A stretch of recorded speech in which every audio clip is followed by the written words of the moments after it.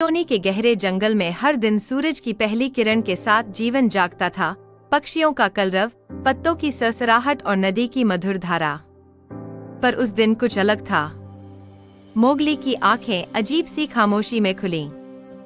ना कोई पक्षी चहक रहा था, ना नदी की आवाज आ रही थी। जंगल सांस रोककर बैठा था। बघीरा तेजी से आया, उसकी आंखों में चिंता साफ दिख रही थी। मोगली, उसने कहा, नदी सूख गई है। पानी का एक कतरा भी नहीं बचा। अगर ऐसा ही रहा तो जंगल खुद को ही खा जाएगा। मोगली चुपचाप नदी की तरफ भागा। जहां कभी पानी बहता था, अब वहां सूखी मिट्टी और दरारें थीं। इसी बीच जंगल के पुराने कानून के अनुसार सूखे समय में शांतिशिला, पीस रॉक, दिखाई देने लगती है। इसका मतलब होता है कि जब तक वो शिला दिखाई देती है, कोई जानवर किसी दूसरे को नुकसान नहीं पहुंचा सकता।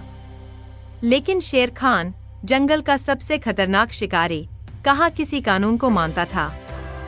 वो गुर्राया, मैं भूखा हूँ, प्यासा हूँ, और मैं किसी इंसान के बच्चे से कुछ नहीं बांटता।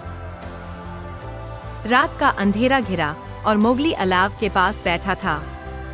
आग की रोशनी उसकी आंखों में चमक रही थी।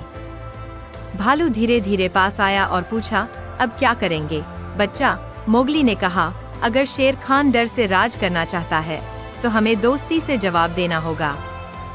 हमें जंगल को एक साथ खड़ा करना होगा। सुबह हुई। शांति शिला के पास मोगली खड़ा था, हाथ में एक जलती हुई मशाल और उसके पीछे बघीरा, भालू, काया और जंगल के सैकड़ों जानवर।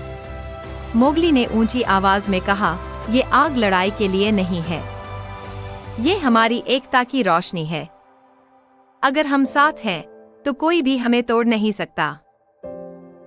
शेर खान छाया में बैठा सब देख रहा था। उसने देखा कि जंगल आज डर से नहीं, दोस्ती से खड़ा है। पहली बार वो चुपचाप वापस मुड़ गया। और फिर जैसे प्रकृति ने भी इस एकता को स्वीकार कर लिया हो, आसमान से बारिश की पहली बूंदें गिरीं। नदी फिर से बहने लगी, पत्तों ने नृत्य किया और जंगल में जीवन लौट आया।